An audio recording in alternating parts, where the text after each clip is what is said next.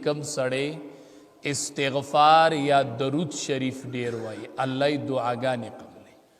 علماء لیکلي دي امام احمد بن حنبل رحمت الله علیه ورځ روان دی، شپه پې راله، یو جماعت ته ورغی، شپه راله وی دی جماعت کې به شپه تېره کړمه. نو چې د شپې ټیم شو نو د هغې جماعت هغه خادم راغی، هغه ته وایي دلته موږ شپې ته څوک نه پرېږدو دی جماعت کې، پېژندی نه چې دا امام احمد بن حنبل رحمت الله علیه دی، امام احمد بن حنبل دی، نه یې پېژندو. امام احمد بن حنبل رحمت الله علیه ورته وی صحیح ده. چې روت نو بار یو تنور والا لګیا دی ډوډۍ پخی. امام احمد بن حنبل رحمت الله علیه ورسره د تنور په ډبه کېناستو او دې کس ته وایي ته ځان له ډوډۍ پخوه او زه به په دې ډبه باندې شپه تېره کړم. هغه ورته وی صحیح ده. امام احمد بن حنبل رحمت الله علیه خواته ناست دی او هغه کس چې ډوډۍ لګی وی استغفر الله، چې بیا ډوډۍ راننئ استغفر الله، چې ډوډۍ جوړی استغفر الله، لګی استغفر الله، راننئ استغفر الله. امام احمد بن حنبل رحمت الله علیه حیران شو، عام کس دی او دومره استغفار وی. امام احمد بن حنبل رحمت الله علیه تی تپوس کی دا استغفار ولی ډیر وای؟ وی حضرت ما دی استغفار کې دا کمال لیدلې دی چې د کم وخت نم زه استغفار غواړم نو الله می دعاګانې بیا قبلې. ما دی استغفار کې دا کمال لیدلې دی چې څومره دعاګانې می غوښتې دي هغه الله قبولي کړي دي. اوس می یوه دعا غوښتې ده هغه لا نه ده قبوله شوې، دغه یوه دعا مې پاتې ده، نورې مې ټولې دعاګانې قبولې شوي دي. امام احمد بن حنبل رحمت الله علیه تپوس کی وی هغه دعا څه ده چې اوس تې غوښتې ده او نه ده قبوله شوې؟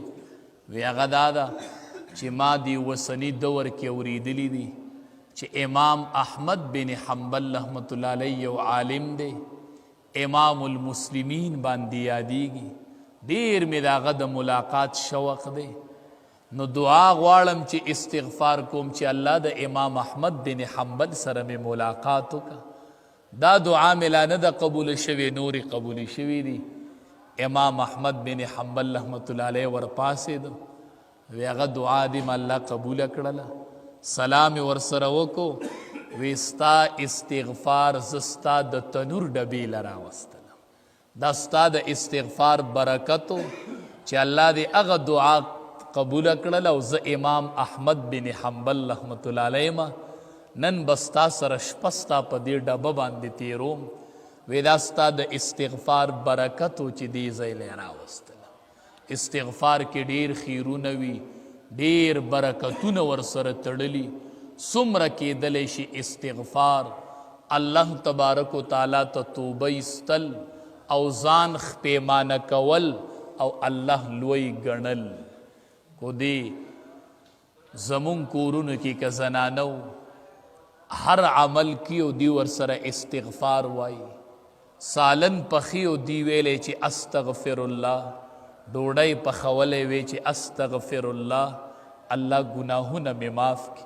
تاسو به د رزق خوند لیدلی و، تاسو به کور کې برکتونه لیدلی و چې دی په استغفار ډوډۍ لګولې او په استغفار ډوډۍ راننولې.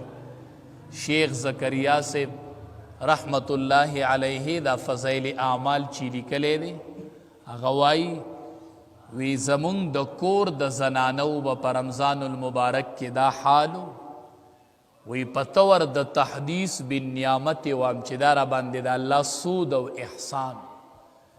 وی چې کله به د رمضان المبارک میاشت شروع شوله او زه به کور ته ورلمه نو زمونږ د کور زنانو به د کور د کارونو سره سره د ورځې به هر یوې زنانه پنځه